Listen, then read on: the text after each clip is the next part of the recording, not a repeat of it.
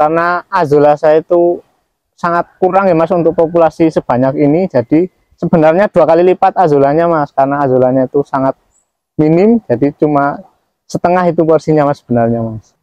Tetangga saya itu kan banyak yang tahu kalau saya itu memelihara entok, jadi pada pesan basor itu kepada saya Mas. Oke. Karena saya nggak punya barangnya, jadi saya ngambil ke tempat temen dan saya masukkan ke kandang. Itu cuma setengah hari, selang 1 minggu entok saya malah kena aradan Mas.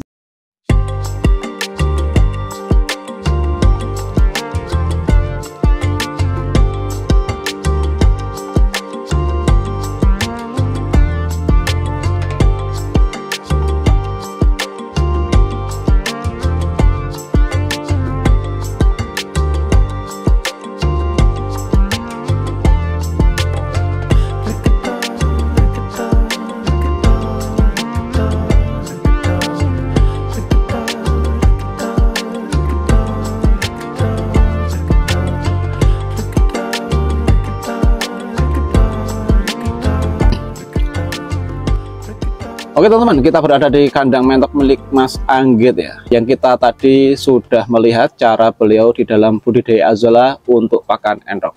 Mas Anggit, bisa diceritakan, kita tadi sudah melihat Mas Anggit pengambilan azolla di kolam. Tidak terlalu banyak sebenarnya ya, hanya 1 ember kecil untuk dijadikan 15 ekor entok dewasa yang ada di kandang Mas Anggit. Ini apakah tidak kurang Mas Anggit? Dan saya lihat tadi ada campuran pakan, bisa diceritakan apa aja itu yang dilakukan Mas Anggit tadi? Ya. Itu yang pertama campuran pakannya azolla, karena azolla saya itu sangat kurang ya Mas untuk populasi sebanyak ini. Jadi sebenarnya 2 kali lipat azollanya Mas, karena azollanya itu sangat minim, jadi cuma setengah itu porsinya Mas sebenarnya Mas. Oke, sampai saya lihat endoknya tadi lahap juga ya. Dan apakah ini belum jamnya makan Mas Anggit? Belum Mas, karena biasanya itu saya mepet-mepet maghrib Mas. Oke, pantesan ya, agak kaget ya. Iya.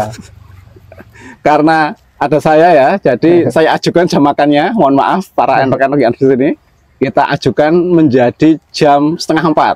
Padahal sebenarnya di jam berapa Mas Anggit memberikan pakan? Kurang lebih itu jam 5 sampai jam 5:30 lah Mas.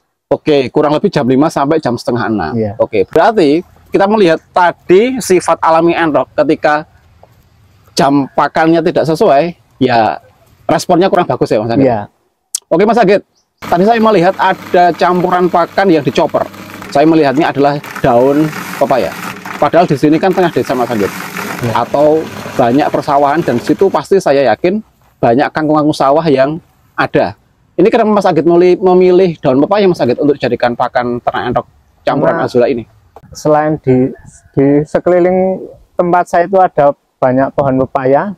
Oke. Dan juga daun pepaya itu bisa juga untuk jamu Mas. Oke. Berarti salah satunya adalah untuk meningkatkan antibodi ya? Iya. Oke.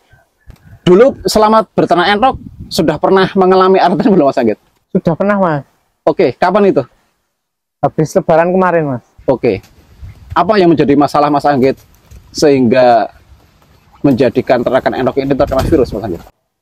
Permasalahannya itu karena tetangga saya itu kan banyak yang tahu kalau saya itu memelihara entok, jadi pada pesan basor itu kepada saya Mas. Oke. Karena saya nggak punya barangnya, jadi saya ngambil ke tempat temen dan saya masukkan ke kandang. Itu cuma setengah hari, selang 1 minggu entok saya malah kena aradan Mas. Tanpa dikarantina? Tanpa dikarantina, karena langsung saya mau antarkan ke yang pemesan Mas. Oke.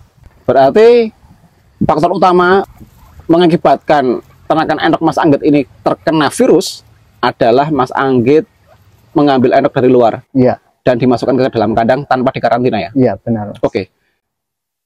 Saya melihat tadi ada jamu-jamuan Mas Anggit yang dicampurkan ke pakan. Itu sudah lama atau baru-baru ini sebelum aradan sudah pakai jamu, atau setelah aradan memakai jamu Mas Anggit? Sebelum aradan juga sudah pakai jamu Mas. Oke. Sebelum aradan juga sudah pakai jamu ya? Oke, berarti sangat ngeri sekali ya dampaknya ya ketika kita tidak bisa mengontrol diri ya untuk memasukkan materi baru di dalam kandang. Oke Mas Anggit, saya tadi melihat azollanya ini tidak terlalu banyak. Itu berarti konsumsi pakan azolla bila dikalkulasi 1 hari itu habis berapa kilo Mas Anggit? Satu hari kalau untuk kandang indukan itu sebenarnya 2 kilo mas, cuma karena azola saya kurang jadi tadi kurang lebih cuma 1 kilo. Oke. Dan konsumsi katulnya sangat dikit sekali tadi. Ya cuma 2 gayung kurang lebih. 2 gayung ya? Ya. Pemberian pakan berapa kali sehari Mas Anggit? 2 kali sehari mas. 2 kali sehari? Ya. 2 gayung, berarti satu hari menghabiskan katul 4 gayung. Ya. Dan tadi juga ada campuran, apa itu yang pakai tutup kecil itu? Itu konsentrat dan jagung giling mas. Oke. Cuman segitu ya? Iya cuma segitu mas. Karena kan yang produksi ini baru 5 ekor mas, yang 12 ekor ini masih diri mas. Oke. Berarti nanti konsumsi konsentrat dan jagung gilingnya akan ditambah setelah diri-diri ini atau entok yang remaja ini sudah mulai bertelur mas? Iya nanti saya tambah mas. Oh nanti ditambah ya? Iya. Konsumsi azulanya juga ditambah nanti? Juga ditambah. Oke. Berarti dari racikan pakan yang saat ini kita lihat ya, itu kalau dikalkulasi menghabiskan uang berapa mas Anggit ya? Kurang lebih itu karena harga katul sekarang itu 2.000 mas, saya kemarin beli. Oke. Jadi sehari kurang lebih 5.000 mas sama konsentratnya mas.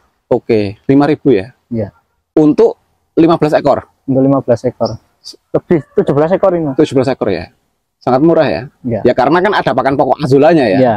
Campuran pakan yang tadi disebutkan bekatul, konsentrat, dan jagung itu kan hanya pelengkap saja. Iya. Oke. Ini azola sebenarnya mas Anggit, kalau diberikan full azola itu bahaya atau tidak sih? Sebenarnya nggak bahaya mas, tapi kan azola ini cuma protein nabati saja mas, nggak ada karbohidratnya mas. Tetap entok itu butuh karbohidrat mas. Oke, oke. Ini menjadi pemahaman ya bagi teman-teman ya. Jadi kalau azola itu hanya protein saja. Iya, hanya protein. Padahal entok juga butuh karbohidrat. Iya. Atau mungkin nanti bisa mengakibatkan mencret mas Anggit. Mungkin atau tidak kalau full azola. Kalau kebanyakan protein. Mungkin saja mas. Karena Karena kan ya? ini protein azola itu sudah sangat tinggi mas. Oke, di angka berapa kira-kira mas Anggit ya? Itu 23 sampai 30% mas. Waduh, 23 ya. Iya. Kalau kebanyakan juga bahaya juga sebenarnya bahaya ya. sebenarnya mas. Itu bisa mengakibatkan ketutup lemak ya, Iya. alat produksinya sehingga tidak bisa membuahi sel telur. Oke Mas Anggit, di dalam racikan pakan seperti ini, 1 ekor betina di kandang sini menghasilkan telur berapa ekor Mas Anggit? Menghasilkan telur berapa butir Mas Anggit? Karena ini yang 5 itu baru belajar terus, pertama kali itu 12 mas. 12 ya? Iya, karena Oke. baru pertama kali bertelur. Oke. Dan sudah pernah mengeram atau belum? Belum pernah mas, karena kan habis terkena aratan. Oke, berarti ini Mas Anggit memulai dari awal? Iya, memulai dari awal. Ini pas terkena aratan itu ada yang mengerami 1 dan sudah ada anakan itu ada 1 induk dan mengerami itu 1 induk. Total berapa ini yang kena aratan kemarin, yang mati? Total itu ada indukan itu 12 dan pejantannya itu 3. Waduh, pusing juga ya teman-teman ya. Oke. Ini saya melihat kandangnya ini ditutup dengan plastik Mas Anggit. Dari dulu atau baru-baru ini? Ini kurang lebih 1 tahun yang lalu mas. Oke. Berarti virusnya memang sengaja dimasukkan ya? Ya itu karena kesalahan saya sendiri, karena pemikiran saya itu kan cuma sebentar mas, mau ngantarin ke tetangga-tetangga itu. Paham saya. Pikirannya cuma sebentar. Iya, itu mas sebentar. Ada 1 hari nggak itu? Nggak ada mas, saya ngambilnya itu pagi, paling selang jam 12 itu sudah saya antarkan semua mas. Oke, perilaku entok yang diambil dari kandang luar dimasukkan ke dalam kandang. Ini bagaimana Mas Anggit? Apakah mandi? Sempat mandi atau tidak? Langsung mandi mas. Nah, itu yang menjadi masalah ya. Air ya berarti Iya, ya. airnya itu mas. Kalau mungkin airnya langsung dikuras ya nggak masalah. Iya, mungkin itu nggak masalah. Tetapi melihat entuknya sehat ketika itu. Sehat-sehat mas. Wah, ini kurang tidak bisa dideteksi ini ya. Iya. Berarti virusnya itu menempel di badan mungkin ya. Ya mungkin. Karena entuknya kok keadaannya sehat teman-teman, dan dia sempat mandi dan airnya diminum sama entok yang ada di kandang sini. Iya betul. Oke. Dan tidak dikuras ya. Tidak dikuras. Waduh, sangat susah sekali ya kita mendeteksi ya. Kita sudah jaga-jaga vaksinasi, ya kita lengah aja Mas Anggit ya. Mas, iya. Nggak nyampe 1 hari kok menjadi masalah lah. Itu pentingnya kita tidak memasukkan materi entok dari luar. Kalau memang memaksa kita untuk memasukkan materi dari luar, ya kita karantina ya Mas Anggit. Iya. Oke. Oke Mas Anggit, terima kasih atas waktunya ya. Terima kasih atas waktunya. Ya sama-sama. Semoga jenengan tetap sehat. Alhamdulillah. dan tidak terulang kembali aradannya ini. Ya, amin, amin. Saya mendengarnya juga agak kaget ya. Tidak ada satu hari kena padahal ya. endoknya sehat ya. Sehat-sehat Mas. Oke. Beda kalau endoknya sudah terindikasi ya. Ini endok sehat. Tetapi memang dia sempat mandi ya, dan airnya diminum di kandang ternak. Semoga ini menjadi perhatian kepada kita semua ya, untuk kita semua saling berhati-hati lah. Makanya endok itu tidak bisa ambisi di dalam beternak. Semua harus diperhatikan baik dari pakan dan perawatan. Tetapi dari diskusi kita sore ini teman-teman, yang perlu dicatat adalah ketersediaan pakan. Punya Mas Anggit ada 4 kolam. Ada 4 kolam. Itu pun masih kurang ya? Masih sangat kurang Mas. Oke, masih sangat kurang karena diambil tiap hari. Iya. Paling tidak idealnya Mas Anggit satu kandang dengan populasi 45 seperti milik Mas Anggit ini, ada berapa kolam idealnya ini? Idealnya itu kalau perhitungan saya itu kolam ukuran 2x3 itu untuk entok itu 5-6 ekor Mas. Jadi tinggal dikalikan saja. Oke, ya banyak juga ya. Iya. Oke, gitu. Berarti Mas Anggit sudah mulai paham nih ya terkait dengan dampak negatif ketika memasukkan barang dari luar. Tidak lebih dari 1 hari mati semua.